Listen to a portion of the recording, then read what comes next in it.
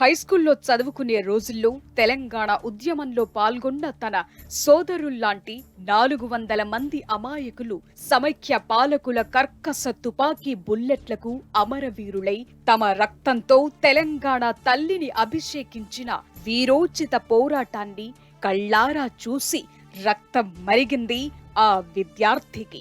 తెలంగాణ తల్లి కడుపున పుట్టిన బిడ్డలు తమ తల్లి మానాన్ని ప్రాణాన్ని రక్షించుకోవటానికి అగ్నిగుండంలో మిడుతల్లా మాడిపోవటాన్ని భరించలేకపోయాడు.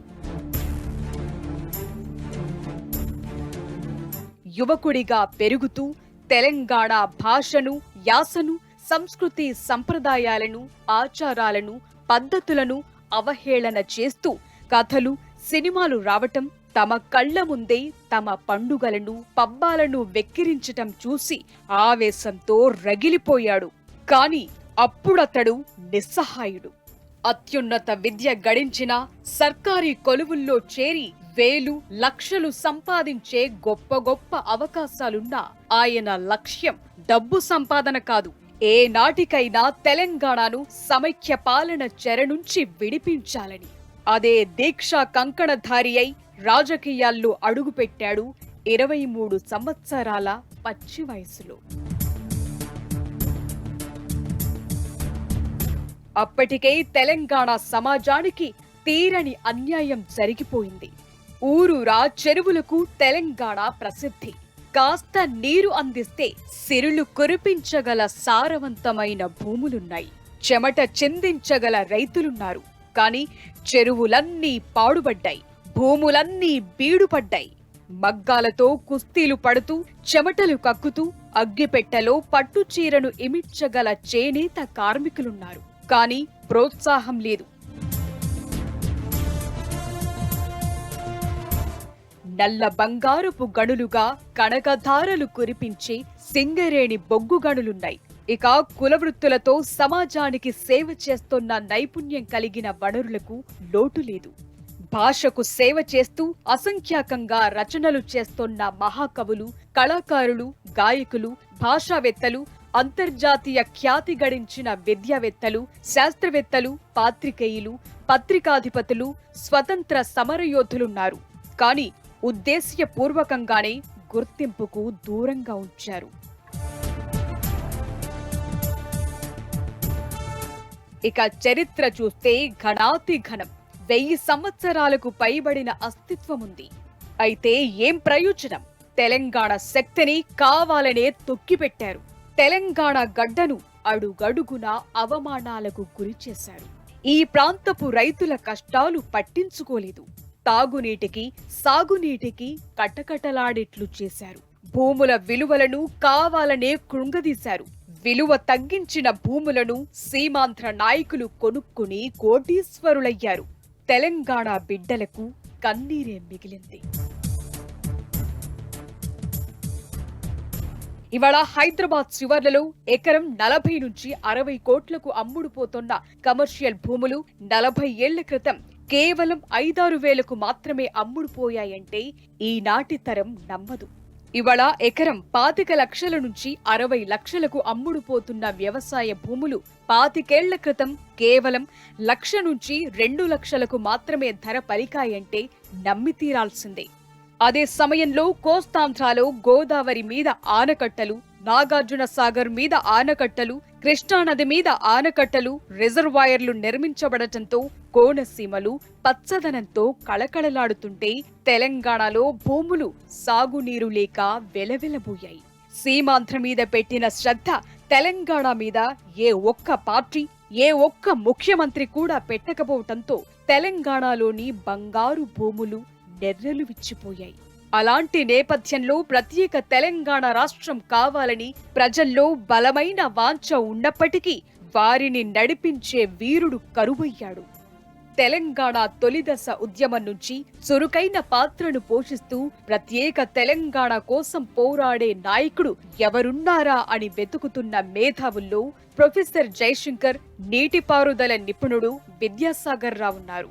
తనను అవమానించారనే క్రోధంతో నందవంశ నిర్మూలనం గావించి మౌర్య చంద్రగుప్తుడిని మగధ సామ్రాజ్యపు చక్రవర్తిగా ప్రతిష్ఠించిన చాణక్యుడు లాంటి జయశంకర్ తెలంగాణను అడుగడుగునా అవమానిస్తోన్న సమైక్య పాలకులను పారద్రోలే యోధుడి కోసం కాగడా పట్టి గాలిస్తున్నారు. ఆయన దృష్టికి కొంతమంది వచ్చినప్పటికీ వారిలో ఆయన కోరుకున్న చంద్రగుప్తుడు కనిపించలేదు. ఆ సమయంలో చంద్రబాబు ఉమ్మడి ఆంధ్రప్రదేశ్ ముఖ్యమంత్రిగా పాలిస్తున్నాడు. 6 నెలలకోసారి కరెంటు ఛార్జీలు పెంచుతూ వ్యవసాయం దండుగా అంటూ రైతుల నడ్డి విరుస్తున్నాడు. కరెంటు ఛార్జీలు తగ్గించమని ప్రాధేయపడిన రైతుల మీద బుల్లెట్ల వర్షం కురిపించాడు. రైతుల హాహాకారాలతో తెలంగాణ దద్దరిల్లింది. ప్రపంచ బ్యాంకుకు బానిసగా మారిన చంద్రబాబు సంస్కరణల పేరుతో పేద రైతుల జీవితాలతో చెలగాటాలాడాడు. పేద విద్యార్థులు చదువుకునే ప్రభుత్వ పాఠశాలలను మూసేస్తూ లక్షల రూపాయల డొనేషన్లు వసూలు చేస్తున్న కార్పొరేట్ విద్యా సంస్థలకు స్వాగతం పలుకుతున్నారు. ఆ దౌర్జన్యాన్ని, దురహంకారాన్ని, దుర్మార్గాన్ని, అమానుషత్వాన్ని, అవినీతిని ఏమాత్రం సహించలేకపోయారు కేసీఆర్. అంతకు చాలా ఏళ్ల క్రితమే సాక్షాత్తు ఎన్టీఆర్ తోనే రైతులకిచ్చే కరెంటు విషయంలో కయ్యం పెట్టుకున్న కేసరి కేసీఆర్. చంద్రబాబు కూడా పరమ క్రూరంగా పరిపాలించటాన్ని, తన కళ్ల ముందే తన రైతు బిడ్డలు మృత్యుఘోష పడటాన్ని కేసీఆర్ హృదయం ఏమాత్రం సహించలేకపోయింది. సమైక్య పాలనను తరిమికొట్టి ప్రత్యేక రాష్ట్రాన్ని తెచ్చుకుంటేనే తెలంగాణకు మనుగడ ఉంటుందని కృతనిశ్చయుడయ్యారు. అక్కడే ప్రొఫెసర్ జయశంకర్ దివ్య దృష్టిలో తెలంగాణ చంద్రగుప్తుడిగా కేసీఆర్ గోచరించారు. 46 ఏళ్ల కేసీఆర్ మాత్రమే తెలంగాణ కోసం ప్రాణాలైనా అర్పించగల నేతగా, ప్రజానాయకుడిగా జయశంకర్ గుర్తించారు. తెలంగాణ కోసం తాను పడిన కష్టాన్ని, చేసిన పరిశోధనలను, సమైక్య పాలకులతో చేసిన పోరాట సారాంశాన్ని కేసీఆర్కు నూరిపోశారు. తన దగ్గరున్న సమాచారం మొత్తం కేసీఆర్కు అందించారు. నువ్వే భావి తెలంగాణ ఆశాజ్యోతివి. తెలంగాణ రాష్ట్ర సాధన నీతోనే అవుతుంది. నడుం బిగించి రంగంలోకి దూకమని ఆశీర్వదించారు. ఫలితమే తెలంగాణ రాష్ట్ర సమితి అనే ఒక ఉద్యమ పార్టీ తెలంగాణలో హైదరాబాద్లోని జలదృశ్యం ఆవరణలో ప్రాణం పోసుకుంది. కొండా లక్ష్మణ్ బాపూజీ మనస్ఫూర్తిగా కేసీఆర్ను దీవించారు. అప్పుడు కేసీఆర్ బలమేమిటి? ఒక ఉద్యమం నడపాలంటే ఎన్ని వనరులుండాలి, ఎంత ఆర్థిక బలముండాలి, ఎంతమందిని సమీకరించాలి, సమైక్య పాలకుల నిరంకుశత్వాన్ని ధిక్కరిస్తూ జెండా ఎత్తాలంటే ఎంత సాహసముండాలి. బలహీనులు, పిరికి పందలు అవకాశాల కోసం ఎదురు చూస్తుంటారు. బలవంతులు అవకాశాలను సృష్టించుకుంటారు. మిగిలిన నాయకులకు, కేసీఆర్కు తేడా అదే. ఆయనే స్వార్థపూరితంగా ఆలోచించి ఉన్నట్లయితే హాయిగా మంత్రి పదవులు అనుభవించేవారు. సమైక్య పాలకులకు వంత పాడుతూ ప్రజలను పట్టించుకునేవారు కారు. ఎంతో మేధస్సుంది, ఉజ్వలమైన రాజకీయ భవిష్యత్తుంది. కోరుకుంటే ఎంత పెద్ద మంత్రి పదవైనా ఆయనకు దక్కి ఉండేది. కానీ కేసీఆర్ ఏనాడు తన స్వార్థం కోసం పరితపించలేదు. తన తెలంగాణ బిడ్డల కోసం, తమ గడ్డ స్వేచ్ఛ కోసం పరితపించారు. ఉద్యమంలోకి దూకితే జీవితమే పణంగా పెట్టాల్సి వస్తుందని ఆయనకు తెలుసు.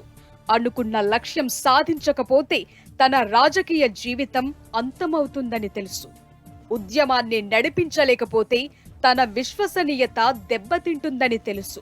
తన జీవిత కాలంలో అనుకున్నది సాధించకపోతే ఈ సమాజం తనను మరచిపోతుందని తెలుసు. ఊహలో కూడా లేని తెలంగాణను సాధించటమంటే పాండవ మధ్యముడు అర్జునుడు నేలవైపు చూస్తూ పైనున్న మత్స్యయంత్రాన్ని ఛేదించటం లాంటిది.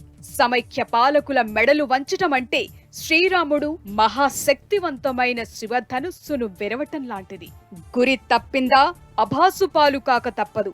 మత్స్యయంత్రాన్ని ఛేదించటానికి అర్జునుడికి తోడుగా శ్రీకృష్ణుడు ఉన్నాడు. శివధనుస్సును భంగపరచటానికి శ్రీరాముడికి విశ్వామిత్రుడు అండగా ఉన్నాడు.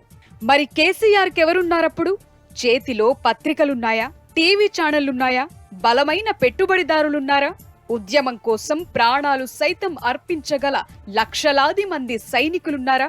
అసలు అమాయకులైన ప్రజలను నమ్మించటమెలా? ఏది ఏమైనా లక్ష్య సాధన కోసం పిడికిలి బిగించాడు కేసీఆర్. ఆనాడు ఆయన పెట్టిన పొలికేకకు సమైక్య రాష్ట్రం ఉలిక్కిపడింది. ఇంతకు ముందు ఎంతమందిని చూడలేదంటూ హేళన చేసింది.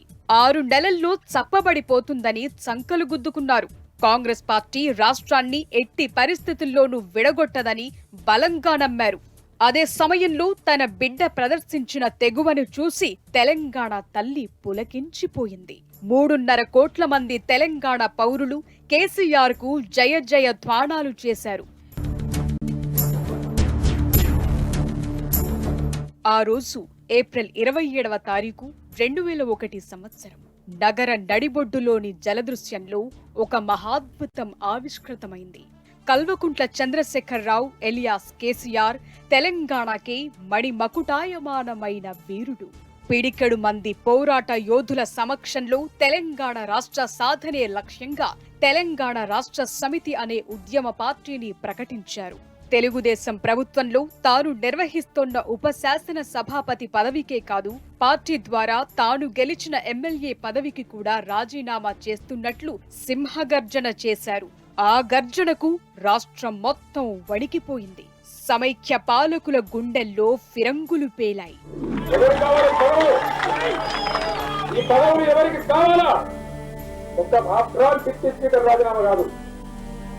ఈరోజు 3 రాజీనామాలు నీకు పంపిస్తా ఉన్నాను. డిప్యూటీ స్పీకర్ రాజీనామా తీసుకో. తెలుగుదేశం సైకిల్ గుర్తు ద్వారా నాకు వచ్చినటువంటి శాసనసభ రాజీనామా తీసుకో. నీ తెలుగుదేశం పార్టీకి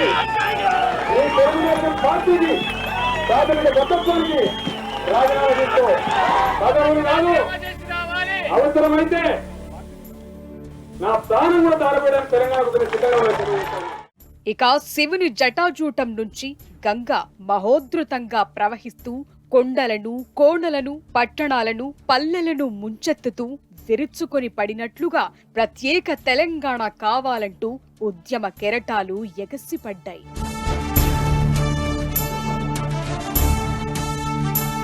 మూడు వారాల తరువాత పోరాటాల గడ్డ కరీంనగర్లో నిర్వహించిన సింహగర్జన ఘన విజయం సాధించింది. ఆ తరువాత వరుసగా మహబూబ్ నగర్, నల్గొండ, నిజామాబాద్, నిర్మల్, వరంగల్ నగరాల్లో జరిగిన గర్జనలు ప్రకంపనలు సృష్టించాయి. కోట్లాది మంది తెలంగాణ పోరాట వీరులు కేసీఆర్ అడుగులో అడుగు వేశారు. కేసీఆర్ పిలుపే ప్రభంజనమయ్యింది. అదే సంవత్సరం జరిగిన జిల్లా పరిషత్, మండల పరిషత్ ఎన్నికల్లో తెలంగాణ రాష్ట్ర సమితి అభ్యర్థులు జయకేతనాన్ని ఎగురవేశారు. ఉద్యమాన్ని నడపటం కోసం కేసీఆర్ భూదాన్ పోచంపల్లిలో భిక్షాటన చేశారు, కూలిపడులు చేశారు. కేసీఆర్ పోరాటంలోని చిత్తశుద్ధిని ప్రజలు అర్థం చేసుకున్నారు. కేసీఆర్ వెంట నడవకపోతే అంతకన్నా మహాపాపం మరొకటి ఉండదని భావించారు. కేసీఆర్ ఎక్కడ అడుగు పెట్టినా అక్కడ విప్లవం పుట్టింది. జింఖానా గ్రౌండ్స్ లో జరిగిన తెలంగాణ గర్జన సభ దేశం మొత్తం మోగిపోయింది. 2003 సంవత్సరంలో హైదరాబాద్ నుంచి ఢిల్లీకి నభుతో నా భవిష్యత్తి అన్నట్లుగా కార్ల ర్యాలీని నిర్వహించి సంచలనం సృష్టించటమే కాక మొదటిసారిగా ఢిల్లీలో భూకంపం సృష్టించారు కేసీఆర్. ఇక అప్పటి నుంచి రైల్ రోకోలు, రాస్తా రోకోలు, రోడ్ల మీద వంటవార్పు కార్యక్రమాలు, జలసాధన కార్యక్రమాలు, నిరసన దీక్షలు, నిరాహార దీక్షలు, విద్యా సంస్థల బహిష్కరణ, దీపాల వెలిగింపు, మహిళా శక్తి ప్రదర్శన, ఇలా ఒకటి కాదు, రెండు కాదు, వందల రకాల నిరసన ప్రదర్శనలతో తెలంగాణ మొత్తం అట్టుడికిపోయింది. తెలంగాణ రాష్ట్ర సమితి ఆవిర్భావం తరువాత కేసీఆర్ అసెంబ్లీకి పోటీ చేసిన, లోక్సభకు పోటీ చేసిన అఖండమైన ఆధిక్యతతో విజయాన్ని సాధించారు. తెలంగాణ ఉద్యమ స్ఫూర్తిని సజీవంగా నిలబెట్టడం కోసం అనేక సార్లు రాజీనామాలు చేశారు. కేసీఆర్ తో పాటే మిగిలిన నాయకులు కూడా రాజీనామాలు చేయటం, మళ్లీ గెలవటం దేశంలో ఎక్కడా కని విని ఎరుగని విధంగా సంభవించాయి. ఇక సకల జనుల సమ్మెలు, రాష్ట్ర బంధులు, మిలియన్ మార్చ్, మానవహారాలు మొదలైన అహింసావాద విధానాలతో ఒక్క రక్తపు బొట్టు చెందించకుండా, ఒక్క ఆంధ్ర సోదరుడి మీద దౌర్జన్యం జరగకుండా కేసీఆర్ ఉద్యమాన్ని నడిపిన పద్ధతి, అలనాటి మహాత్మా గాంధీజీ స్వతంత్ర పోరాటాన్ని నడిపించిన పద్ధతిని తలపించింది. ప్రత్యేక తెలంగాణ రాష్ట్ర ఉద్యమ నిర్మాత, సారథి, పోరాట వీరుడు తన అకుంఠిత దీక్షా దక్షతలతో తెలంగాణ సమాజాన్ని ఏకం చేసి ఢిల్లీలో భూకంపం పుట్టించి ప్రత్యేక రాష్ట్రంతోనే మళ్లీ హైదరాబాదులో అడుగు పెడతానని శపథం చేసి శంషాబాద్ విమానాశ్రయంలో ఢిల్లీ విమానం ఎక్కిన ఆ యోధుడు ప్రత్యేక రాష్ట్ర ఏర్పాటు ప్రకటన తరువాతే మళ్లీ భాగ్యనగరంలో అడుగుపెట్టాడు. ఆమరణ నిరాహార దీక్షలతో ప్రాణాలను పణంగా పెట్టి కోరికను సాధించుకుని తన శిరస్సుపై పాదం మోపిన తన ముద్దుల తనయుడి పాదస్పర్శతో పులకించిపోయింది పుడమి తల్లి. లక్షలాది మంది తెలంగాణ బిడ్డలు విమానాశ్రయానికి ఎదురేగి కేసీఆర్ను మంగళహారతులతో, మేళతాళాలతో స్వాగతించారు.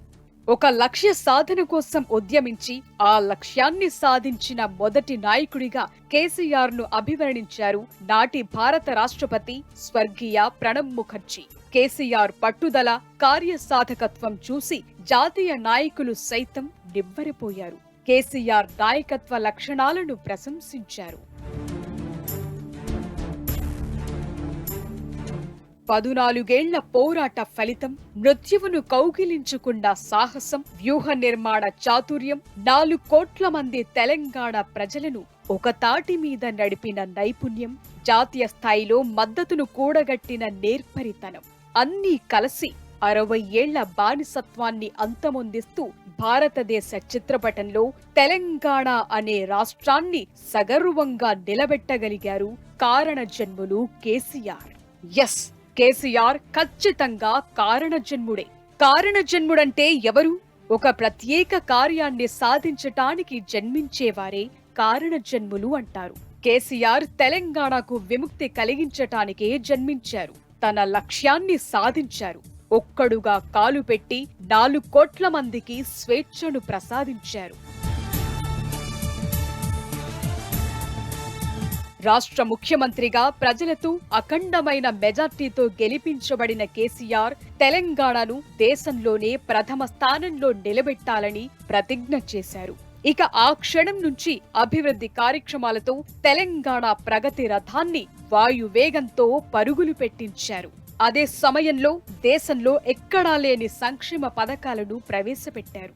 రైతు బంధు, రైతు బీమా, ఆసరా పెన్షన్లు, రైతులకు ఉచిత విద్యుత్, ఉచిత సాగునీరు, కళ్యాణ లక్ష్మి, కేసీఆర్ కిట్స్, ఆరోగ్యశ్రీ ఇలా డజన్ల కొద్దీ సంక్షేమ పథకాలు తెలంగాణలో మాత్రమే అమలవుతున్నాయి. దేశంలో ఎక్కడా లేని దళిత బంధు కార్యక్రమం ఒక్క తెలంగాణలోనే సాధ్యమైందంటే కేసీఆర్ ఉక్కు సంకల్పమే కారణం. ఇక దేశంలో ఏ రాష్ట్రంలోనూ లేని విధంగా రెప్పపాటు కాలం కూడా కరెంటు కోతలు లేని రాష్ట్రంగా కేసీఆర్ నాయకత్వంలో తెలంగాణ రాష్ట్రం చరిత్ర సృష్టించింది.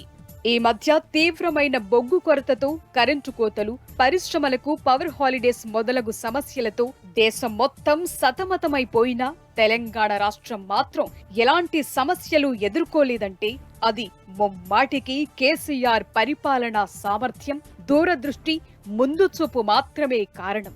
అందుకే కేసీఆర్ తెలంగాణ ముఖ్యమంత్రి కావటం మా అదృష్టమని బలంగా నమ్ముతారు తెలంగాణ ప్రజలు. నభో మండలంలో సూర్యచంద్రులు సంచరిస్తున్నంత కాలం, తారామండలం కాంతులీనుతున్నంత కాలం కేసీఆర్ కీర్తి చంద్రికలు వెలుగుతూనే ఉంటాయి. తెలంగాణ తల్లికి ముద్దు బిడ్డడుగా కేసీఆర్ ఖ్యాతి చరిత్రలో కలకాలం నిలిచిపోతుంది. తెలంగాణ రాష్ట్ర చరిత్రలో కేసీఆర్ పాలన సువర్ణాక్షరాలతో లిఖించబడుతుంది.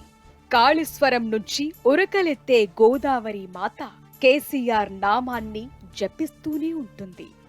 ఇవాళ తెలంగాణ కోటి రతనాల వీణ.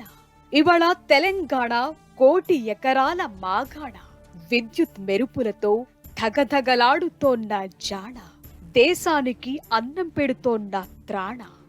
కేసీఆర్ రాష్ట్ర ముఖ్యమంత్రి కాకపోయున్నట్లయితే తెలంగాణ ఎలా ఉండేదో అన్న ఆలోచన వస్తేనే భయం వేస్తుంది. ఆనాడు తెలంగాణ ప్రజలు తెలివైన నిర్ణయాన్ని తీసుకోకుండా ఉన్నట్లయితే, కాంగ్రెస్ పార్టీ అధికారంలోకి వచ్చి ఉన్నట్లయితే 5 ఏళ్లలో రాష్ట్రం మొత్తాన్ని దోపిడీ చేసేవారు. బీజేపీ చేతికి అధికారం చిక్కినట్లయితే రాష్ట్రం మత కల్లోలాలతో అడ్డుడికిపోయేది. నిత్యం కర్ఫ్యూలతో విలవిల్లాడేది. హిజాబ్, హలాల్ విధానాలతో విద్యాలయాలు మూతబడేవి. నిత్య హింసతో రాష్ట్రంలోని పరిశ్రమలన్నీ వేరే రాష్ట్రాలకు తరలిపోయేవి. కేసీఆర్ను తమ ముఖ్యమంత్రిగా చేసుకోవటంతో ఈ రోజు తెలంగాణ రాష్ట్రం దేశంలోనే నెంబర్ 1 పొజిషన్లో ఉంది. నిండైన చెరువులతో, కాలువలతో, ప్రాజెక్టులతో, రిజర్వాయర్లతో, పచ్చదనంతో రాష్ట్రం మొత్తం కళకళలాడిపోతోంది అంటే ఆ క్రెడిట్ మొత్తం జనహృదయ నేత కేసీఆర్కే దక్కుతుందనటంలో ఏమాత్రం అబద్ధం లేదు. టీఆర్ఎస్ పార్టీ స్థాపన జరిగి 21 సంవత్సరాలు పూర్తయ్యాయి.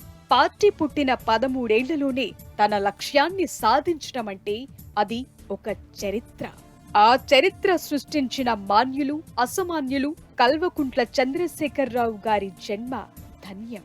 టీఆర్ఎస్ పార్టీ 22వ జన్మదిన సందర్భంగా ఆ పార్టీ నాయకులు, కార్యకర్తలు, పోరాట యోధులందరికీ శుభాకాంక్షలు తెలియజేస్తోంది టీ న్యూస్ యాజమాన్యం. తెలంగాణ రాష్ట్ర సమితి మరో 100 ఏళ్ల పాటు ప్రజల పక్షాన నిలబడి తెలంగాణ వ్యతిరేక శక్తులతో పోరాడాలని, బడుగు బలహీన వర్గాలకు అండగా నిలబడాలని, వారి సంక్షేమం కోసం అహరహం కృషి చేయాలని కోరుకుంటున్నాం.